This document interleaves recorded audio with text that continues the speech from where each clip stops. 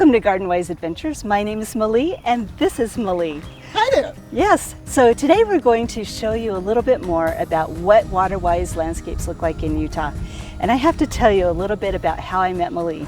She lives probably 2 minutes from my house, and I was driving by one day and saw this landscape and just had to slam on the brakes because it was gorgeous. And I'm one of those weird people who will knock on doors. Maybe it's not safe, I don't know. I do the same thing when I like something. So just a little background. I used to live in California, and my ex-husband's mother was also there in Granada Hills, California. And Meli and my ex-mother-in-law had been friends, and I had known her in California. Yes, and your mother-in-law said, well, I have a daughter-in-law named Meli. It's spelled differently. And she knocks at my front door and she says, hi, I'm Meli Caulkin. And I said, I know who you are. Yes. It was Anyway, so much fun. So fun. Yeah. So tell me a little bit about you and why you decided to do a water-wise landscape, and then we're going to go around and look at your yard and talk about what you've done. Okay, my house in Granada Hills, because of the drought in California, I converted to a water-wise landscape. And at that time, California had a program where they paid you to get rid of your lawn. And we went ahead and put together a scheme that was good for California that looked like a parkland. And it got so good that people were knocking on my front door saying, who did your landscaping? So we left California and came here. And of course, Utah's in a drought. And also, I don't like doing lawns. I don't like to mow lawns, and I don't like to deal with lawns. And I said, I want a landscape that looks like a high desert wilderness. So we went with a drip system, but we learned some things that we should not have done in our front yard, and I will tell you what works and what doesn't work. Yeah, let's look at your Okay, yard. so I wanted to focus the color on the retaining wall. And so I have a variety of different flowers, peony, oriental poppies. I have no idea what these are called. These are privets. But I told Brian I want color in the leaves too, because flowers don't bloom all year round. So we were looking at color for leaves, color for flowers. And essentially also I discovered that California poppies do rather well here. So I have been spreading California poppy seeds and other wildflower seeds to see how well they do, because there's no irrigation. And where these flowers are, where the irrigation is, are where the permanent plants are, like irises and the peonies. Now the mistake we made here is that plants have different water needs, and I only have one watering station for the entire front yard. So I have lost plants because I've overwatered or underwatered. And then this winter, there was so much snow that the deer came down and wiped out my yew. That is going to take 2 years to recover. But they do recover. But my fir tree, I think, is going to have a more difficult time because there's a browse line. That's as high as a deer can reach. Oh, that's classic deer damage. And that is classic deer damage. This tree's been here for 7 years. This is our 7th year here in Utah. And we never had deer bother the tree until this winter. Yep. So I'm not sure what I'm going to do. There are some new growth, but I don't think it's going to be the same. So my backup plan is to find some plants to grow around that tree that will be compatible with the fir tree, that will cover the damage. I have different sized rocks for different types of texture. Is what I want. That's part of the landscaping. That's part of the beauty of it. I also wanted a pathway because, again, this is like a park.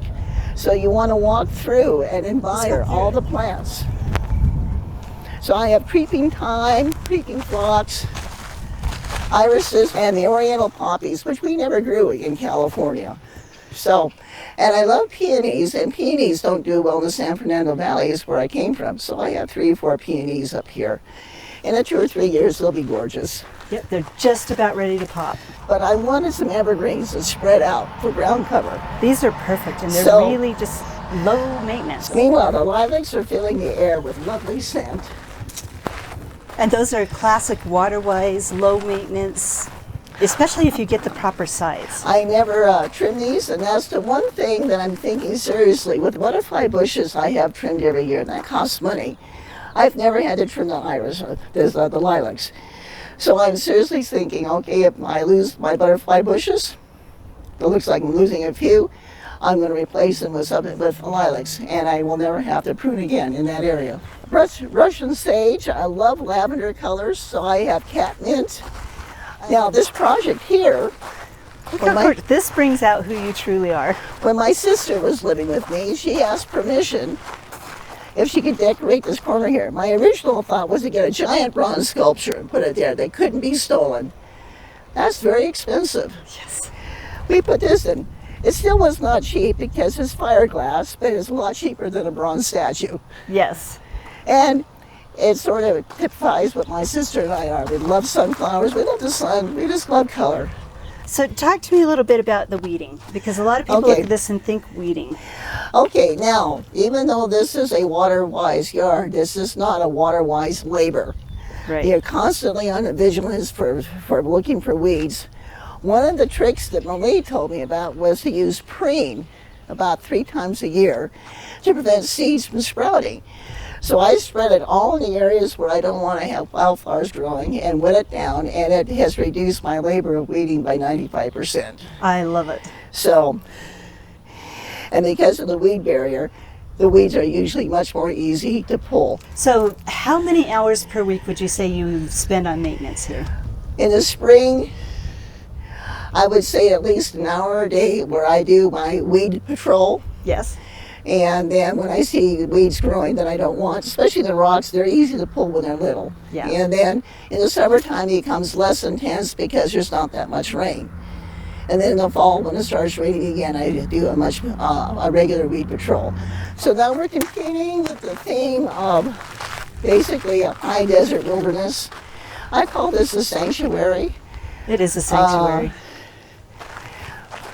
The pros about this is that I have lots of opportunity to grow wildflowers. This year I don't have as many California poppies as I had last year, but we have lots of other wildflowers growing. The 2 raised beds here.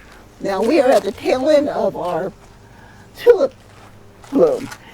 Deer like tulips, so all my tulips are in the backyard. They're safe. And meanwhile, I have seedlings of larkspur. And I don't think you can see it here, over here. So when I cut back the tulips, I'll have larkspur growing. Oh, that's perfect. So you have succession planting without a lot of extra work. So hopefully, we'll come through. I may have to add some more plants. Now, this here, the irrigation I'm using this year is a drip irrigation that has holes every 4 inches. Last year, I had it with a spray, where there were a couple of sprays, and I felt that was wasting water. But at the same time, water was getting on the plants, and I didn't want to have a fungus growing, or mildew. So everything is on the ground now, and it seems to be working well. The reason why I have stone here, when we first did this, we did not have dogs. When my mother-in-law passed away, my husband said we're getting dogs because we've always had dogs. And we got 2 little rambunctious Labrador poodles. It didn't take long for me to discover that dirt was being tracked into the house because all I had was just base. Yes. So I went ahead and had flagstone put in to reduce the amount of dirt bringing in, and that did quite a job of doing that, but it gave it a more rustic look. And here are crocus bulbs that bloom in the fall so I can get saffron. Oh, I love it. So you have your saffron in your tribe. I That's have your edible saffron planter. So this will be an initial sitting area. I'll have to prune my redbud tree up a little bit, but this is a future planned sitting area. But the whole idea is, again, with the rocks, is to have all these different ground cover that cascades over the rock. Yeah, it creates such a beautiful, peaceful, natural look. And my husband wanted a fountain so he could listen to it when he was in the shop. And this fountain is supplied by my irrigation water. I have a line to it. So the summertime, I don't have to refill it.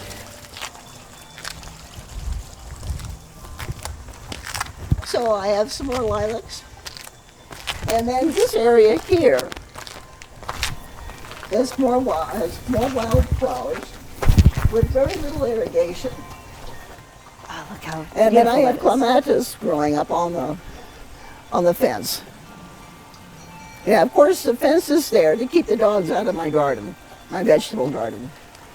I have more catmint, more grass, and then I have a large lilac behind the greenhouse so that when it gets bigger, I can smell it in the greenhouse. I love it. Your greenhouse is gorgeous. I did this when we were looking for houses here in Utah because my knees are a little bit cranky. I got tired of stepping up on 6-inch to 8-inch rises. Yes. So I had them do this 4-inch rises to make it a lot easier for us older people. I love that you thought ahead for that. So, and again, here's some more perennials. This is my timeline. I have a variety of different times. I have edible time as well as non-edible. I love it, a timeline. And some of my time didn't make it to the winter, so I have to replant. So again, I love Japanese maples because of their color. And their structure is gorgeous too. And so I have different variety of Japanese maples. And again, I have barberry replacing some plants. Now, Spanish grass. Let me tell you, I love Spanish grass. But I have discovered Spanish grass has followed the Lord's commandment to reproduce. And it produces millions of fertile seeds. So I have been reducing my population of Spanish grass and replacing them with barberries. But I have found if I use a dog comb, I can literally comb the grass to remove the seeds. Now let's go to the vegetable garden. Yes. And each box has its own cutoff valve. So last year we had tomatoes. This year we have 2 tomato plants, 3 pepper plants, and volunteers. Potatoes. Volunteer potatoes. They're posing. A little couple. Yes. They're so cute. This is my dwarf cherry tree that I've been espalierating. Oh, I love it. And the problem is, I thought I was going to have lots of fruit this year, but I'm losing it. I noticed that with mine too, and I'm wondering what's going on. There's a few that I think I'm going to say I will have. This is the first year, okay, this is going to stay. This is the first year that I've had this many fruit, and I'm sort of distressed I'm losing a lot of it. So I have to find out why.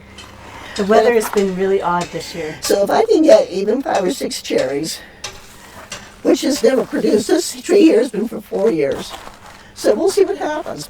And then this is my Granny Smith apple tree. Look how beautiful that is. I had 4 apples last year off this tree. I think I'll have a few more. Yeah, you've got a lot of really healthy looking buds up there. So, and they had beautiful blossoms this year. The greenhouse is used mostly in the wintertime. In the summertime, it's a playhouse for the grandkids.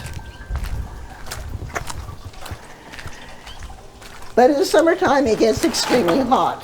Yes. And I still have to finish. These windows are supposed to open up. They're not finished yet. I have to have the piano hinges. It's the main window, so I can get a cross breeze. Look how beautiful that is. This is. So, and the builder who built this for me had a whole bunch of windows that were being thrown out by home builders, brand new Anderson windows, and I got them for free. Oh, wow. And then, of course, I love water features. This is my favorite one so far. And this is not tied to a water supply, so I have to watch it, but the pump has a level that if it gets too low, it automatically shuts down. Oh, that's smart. Yeah, because you could burn out your pumps really quickly. So, because it's been so dry, I'm finding that I run it about 4 hours a day, and I still have to refill the reservoir every day. Oh, That's wow. how much evaporation is occurring. And then here's one of my sitting areas. And I love that you've used chat. But I got a smoke bush here. Yeah, he's gorgeous. Look at that Absolutely color. love it. And again, the reason why, purple. I love purple, and I'm trying to get reds and purples in my backyard with leaves. So, and then I have landscaping lights that at nighttime Yeah, the light up. decorative touches that you've added And, just add and so then much. the gazing balls, they have fairy lights that are solar. Oh, that one's crooked. So at nighttime, my backyard lights up I love it. with fairy lights and different colors.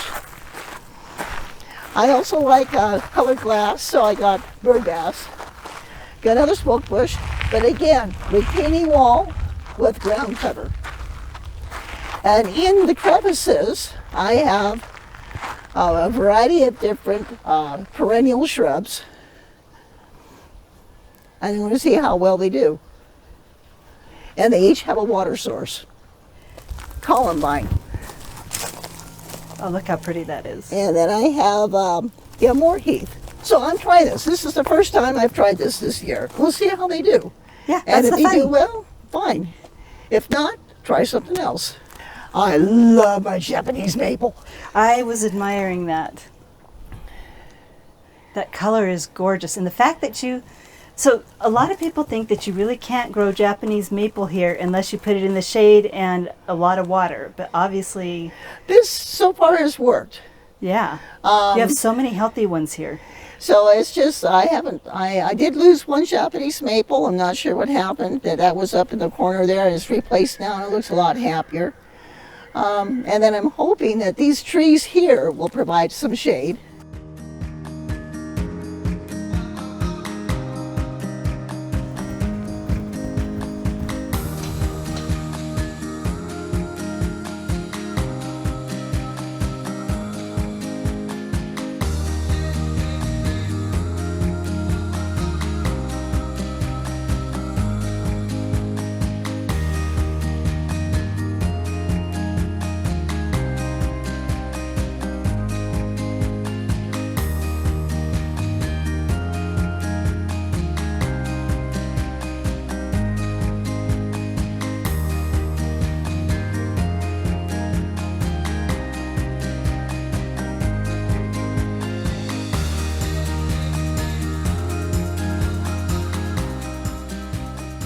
Yes. And then I got a regular lilac growing there, so eventually that will grow up to 10 feet and again cover the back of the fence.